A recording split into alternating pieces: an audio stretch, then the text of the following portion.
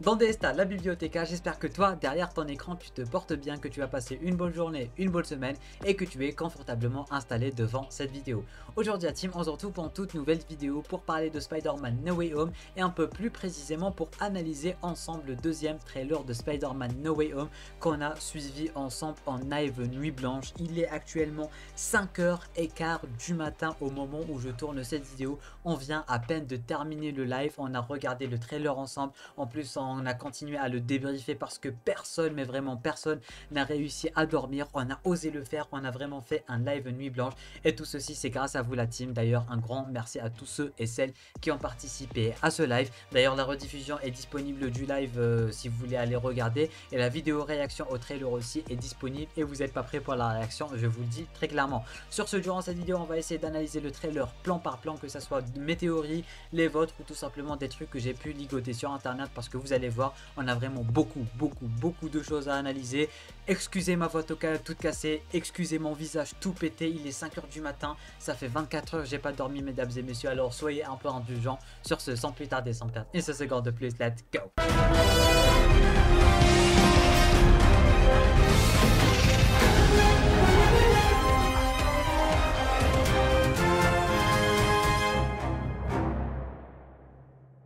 On y est, on met le petit casque et on va directement commencer par regarder ce trailer mesdames et messieurs, et on va s'arrêter à chaque scène pour l'analyser tous ensemble. Juste la première scène de ce trailer, elle nous montre à quel point c'est tendu, à quel point il y a des pleurs, à quel point c'est stylé. Franchement c'est stylé, cette ambiance de Spider-Man, cette ambiance un peu vraiment catastrophique et tout, ça fait plaisir parce que dans la trilogie Homecoming, on la voit presque jamais avec le Spider-Man de Tom Holland, et du coup juste le fait de la voir, ça fait extrêmement plaisir. Du coup, on va directement enchaîner par les scènes qui suivent. Ici, on voit du Docteur Otto Octavius. Il y a pas mal de théories qui disent que le fait que ses bras soient un peu rouges et jaunes, tout simplement, c'est dû au fait qu'il a absorbé la nanotechnologie du costume de Spider-Man. Et d'ailleurs, on va avoir une scène comme ça où on va le voir faire ceci tout simplement. Du coup, ici, on a le petit bouffon vert de Willem Dafoe. C'est sûr et certain que c'est Willem Dafoe. Et il est archi stylé. Pour l'instant, on a un style sans le casque. Et après, on va avoir un look aussi avec le casque. Ils sont tous les deux tout aussi badass les uns que les autres. Ici, mesdames et messieurs, le tout premier look officiel de Electro de Jamie Foxx. Et ça, on va y revenir et on va en parler parce qu'il y a pas mal de gens qui se posent la question du pourquoi, du comment Electro n'est pas bleu, pourquoi il est changé, pourquoi c'est pas le même de celui de Amazing Spider-Man, etc., etc. Du coup, on va aborder ce sujet un peu plus tard durant la vidéo et ça a vraiment pas mal de délire de multivers et compagnie. Et si j'avais quelque chose à dire à propos d'Electro, les connaisseurs des comics et les connaisseurs du personnage tout simplement l'auraient reconnu. La petite couronne qui n'est pas faite avec le costume mais qui est faite avec de l'électricité. J'aime bien cette petite allusion aux comics qui fait extrêmement plaisir, du genre vraiment sa couronne est faite d'électricité plutôt que le costume, ça fait extrêmement plaisir. Voilà. Du coup là on a un Spider-Man, tout ceci, voilà, ça s'arrête là. Juste regardez-moi ce genre de plan, cette scène et la scène qu'on avait vue au tout début. Franchement, ça nous montre à quel point l'ambiance elle est tendue, à quel point c'est stylé et tout. Et j'adore parce que dans la trilogie Homecoming, Far From Home, No Way Home et tout, on voit presque jamais ça, du moins. C'est tout le temps arc-en-ciel, les paillettes et compagnie, c'est joyeux et tout. Mais là, on voit un Peter Parker vraiment pas mal dans la merde, si on peut dire ça comme ça. Et c'est super stylé. Du coup, voilà.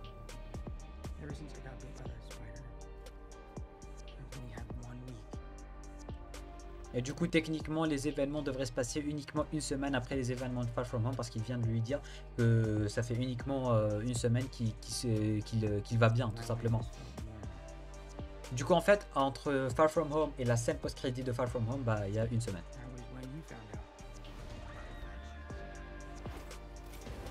Là, il y en a pas mal qui disent que dans le fond, il y a du sable qui est en train de les suivre, et bien évidemment, c'est du sable qui est en train de les suivre, et Sandman, bien évidemment.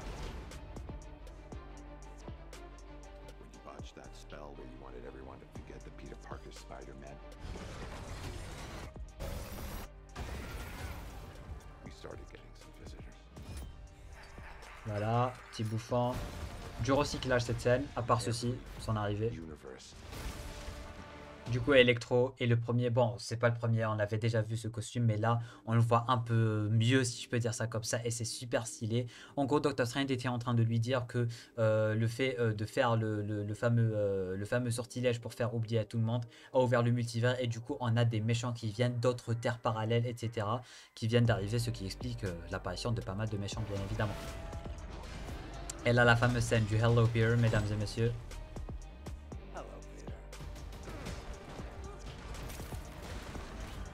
Et là, il l'a directement attrapé.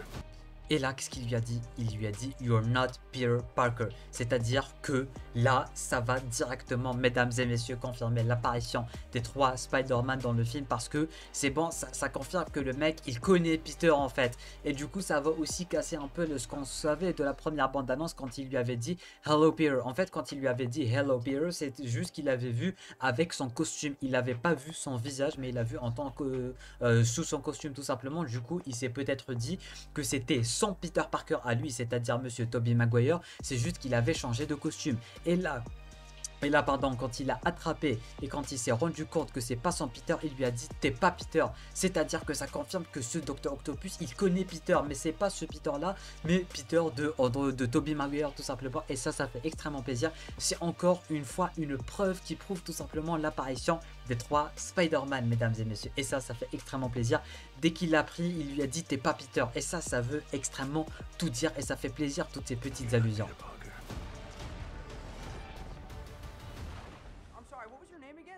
Et ça, c'est la meilleure scène de toute la bande-annonce. J'adore cette scène. Et du coup, cette scène, elle nous prouve en quelque sorte que le mec, il est pas si méchant que ça et il est gentil. Et d'ailleurs, ils nous en avaient déjà parlé. Ils avaient dit que le mec, on allait le laisser, enfin, on allait le retrouver tout comme on l'avait laissé dans Spider-Man 2. Et rappelle que dans Spider-Man 2, on l'avait laissé gentil. Et là, on voit qu'il est gentil, qu'il est avec eux déjà dans leur sanctuaire, je sais pas quoi et tout. Il est avec eux et ils sont en train de se foutre de sa gueule. Et du coup, s'il était si méchant que ça, il aurait riposté ou quoi que ce soit. Du coup, ça prouve encore une fois que le mec, il sera gentil. Et on va le voir ici. Bon, ici on a un petit bouclier de Captain America et tout, ça fait plaisir. Voilà, ça c'est une très belle scène, on va pas se mentir. Et là apparemment Doctor Strange est en train de leur dire qu'il y a beaucoup de... les méchants, ils sont arrivés de multiples terres parallèles, etc. Et qu'ils doivent les ramener chez eux tout simplement. Parce que là ils sont en train de la faire de la merde sur leur terre là.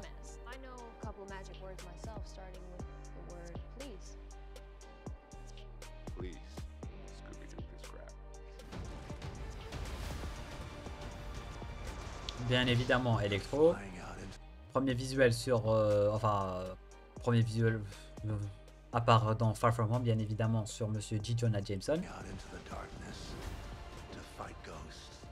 Et d'ailleurs, en parlant de J. Jonah Jameson, en fait, il y a un truc de bizarre parce que d'un côté, tu vois, il y a le multivers, d'un côté, pas du tout. Alors, imaginez que le Docteur Octopus de Alfred Molina, en fait, il rencontre ce J. Jonah Jameson et du coup, il va se rendre compte que c'est le même J. Jonah Jameson, alors que techniquement, c'est pas vraiment le même. Je sais pas si vous comprenez le délire ou pas, parce que d'un côté, il y a le délire de multivers parce que Octavius, il vient d'une autre terre et dans sa terre, c'est le même J. Jonah Jameson. Sauf que J. Jonah Jameson, c'est celui de cette terre aussi en même temps. Je sais pas si vous comprenez le délire, mais en tout cas, d'un côté, c'est vrai que c'est frustrant si on peut dire ça comme ça.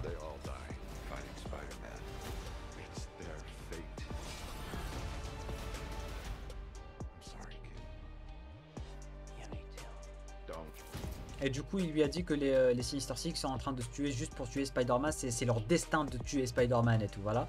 Et Spider-Man lui a dit, moi aussi je suis désolé. Après, apparemment, cette boîte, elle a un rapport avec Multivers et compagnie, je pense... Après, je sais pas ce que ça veut dire, mais en tout cas, Peter, il va désobéir à Doctor Strange. Il va vouloir faire quelque chose que Doctor Strange ne veut pas.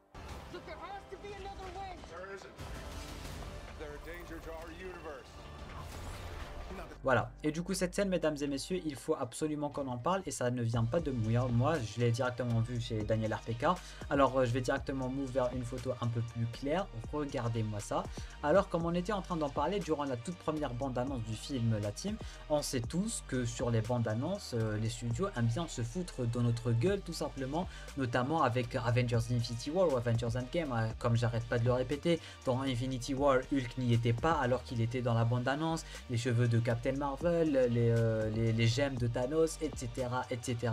Généralement sur les bandes annonces, ils aiment bien retoucher pas mal de trucs juste pour ne pas nous spoiler le film. Et c'est déjà arrivé sur le premier trailer de No Way Home tout simplement, et dans vraiment beaucoup de films. Il se trouve que dans le trailer de No Way Home, en fait, il y a des plans où on voit Tom Holland alors qu'on devrait voir d'autres Spider-Man. Des plans où on voit Tom Holland tout seul alors que les autres Spider-Man devraient être avec lui, etc. etc. Et d'ailleurs, apparemment, Daniel RPK a confirmé l'apparition des 3 Spider-Man et qui devrait arriver au milieu du film. Et du coup, ici, ils ont tout simplement retouché une scène où on voit Tom Holland, comme ce qu'on était en train de voir sur le trailer, tout simplement. Sauf que là, ils ont oublié de retoucher les yeux. Sauf que on sait pas vraiment à qui appartiennent ces yeux. Ça me fait beaucoup plus penser à Andrew Garfield.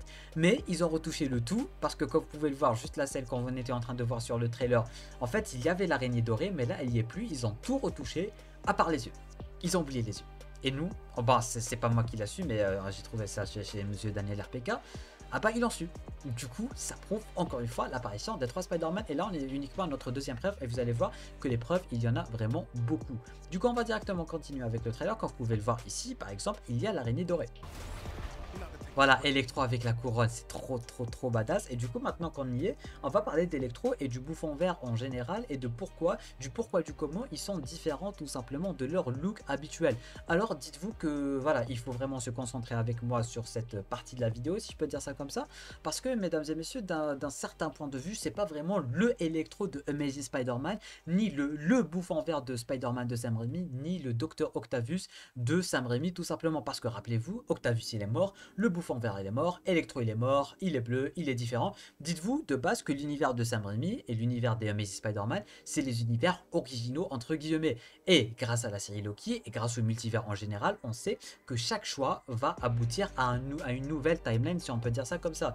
Et du coup, dites-vous tout simplement qu'il y a des timelines, qui dérivées de la timeline de Andrew Garfield et de la timeline de Tobey Maguire. Je sais pas si vous êtes en train de me suivre, mais en tout cas, dites-vous que le Bouffon Vert, que les méchants de ce film vont être en quelque sorte des variants, comme ce qu'on a pu le voir dans Loki, des variants des personnages originaux qu'on avait vus dans la trilogie Sam Raimi et dans les deux Amazing Spider-Man. Par exemple, Dr Octavius il est mort, mais dans une autre terre, une simple décision peut changer et aboutir à une autre terre tout simplement. Et du coup, ce Dr Octavius là est un variant du Dr Octavius de Spider-Man 2, c'est-à-dire qu'il est tout simplement pas mort en changeant une ou deux décisions dans sa vie, etc. Il a fait quelque chose à travers, et du moins ça c'était pas la même chose qu'il avait faite de base dans Spider-Man 2, et du coup ça aboutit à un variant de ce Octavius là qui est censé être mort dans Spider-Man 2, et ce qui explique le fait qu'il n'est pas mort dans Spider-Man No Way Home. Même chose pour le Bouffon Vert qui est lui aussi un variant, ce qui explique aussi le costume et l'apparition de 2 Bouffons Verts. Alors là on sait pas trop si c'est des Bouffons Verts différents ou c'est juste le costume qui est différent, ça personne ne peut te dire si c'est vrai ou faux, mais en tout cas en parlant de Bouffon Vert, Daniel RPK a encore une fois confirmé que le Bouffon Vert allait être le méchant original, enfin le big bad du film, si on peut dire ça comme ça, et ça fait plaisir.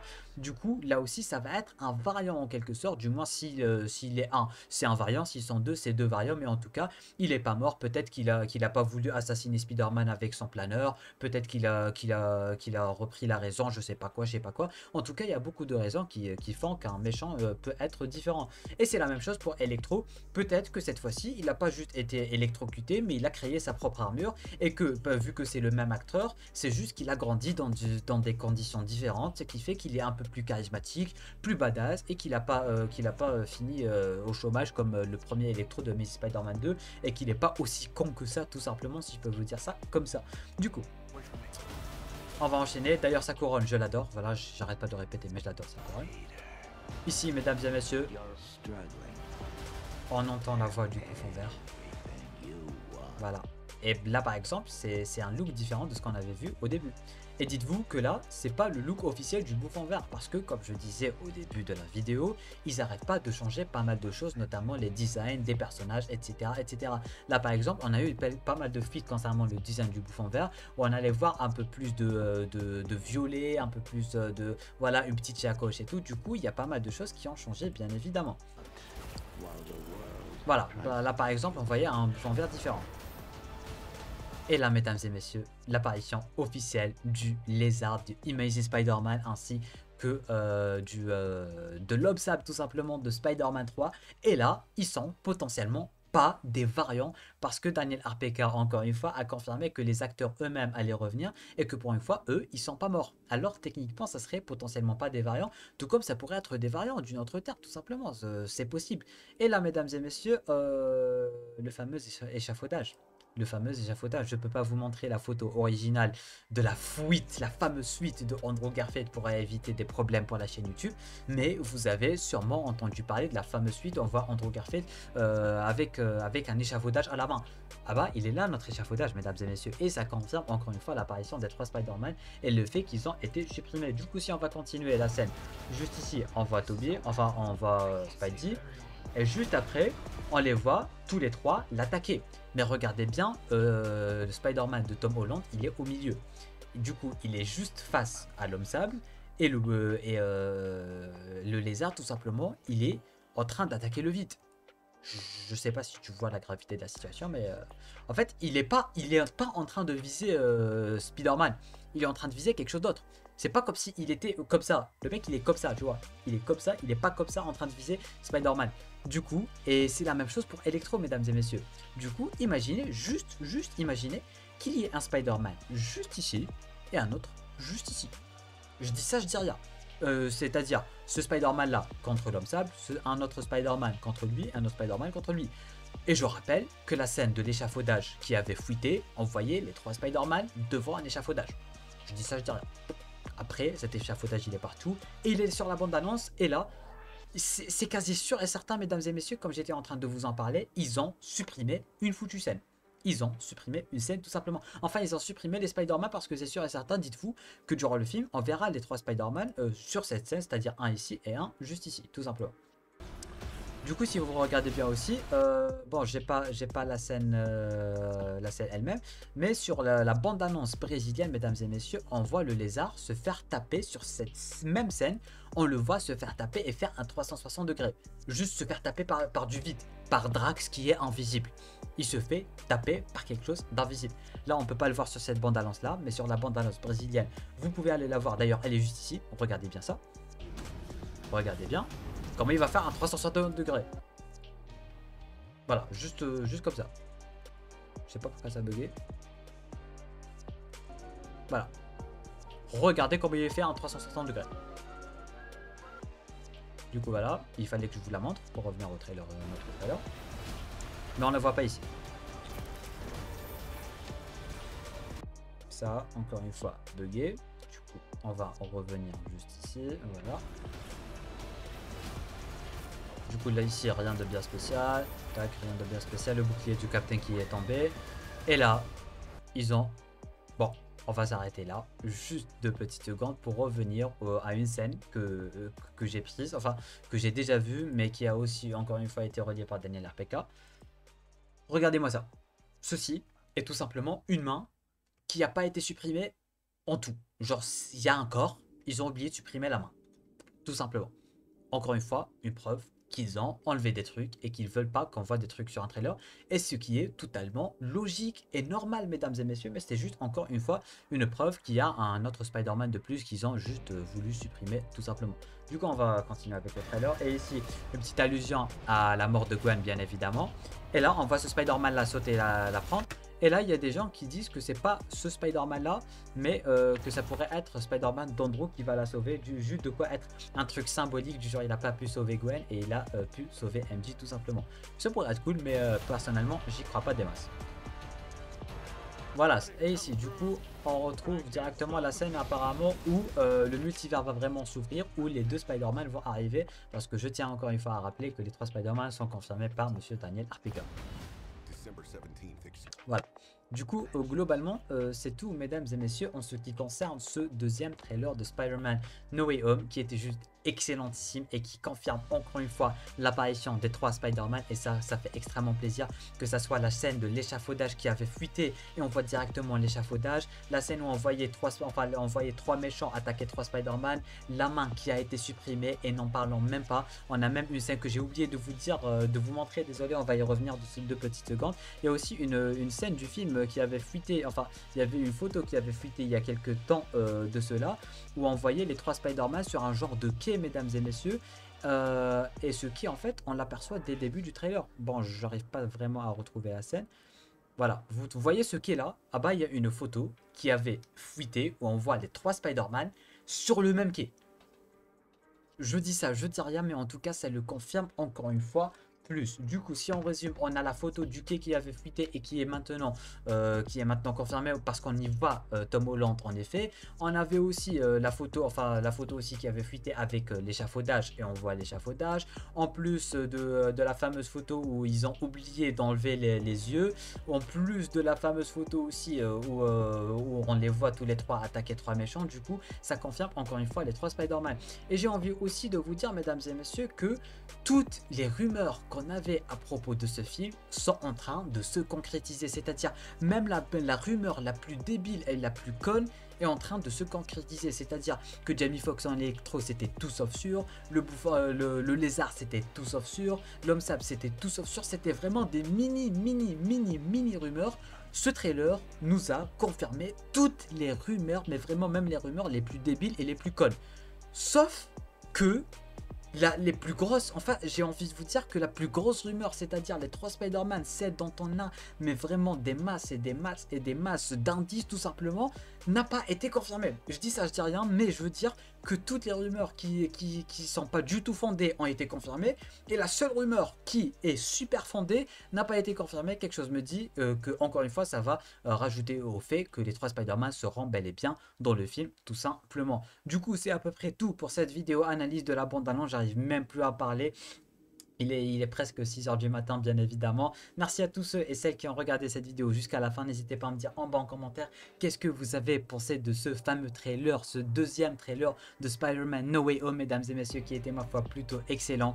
J'ai hâte, mais j'ai hâte à un niveau pas croyable de regarder ça au cinéma. Ça serait vraiment une ambiance inoubliable, l'apparition des 3 Spidey, etc., etc.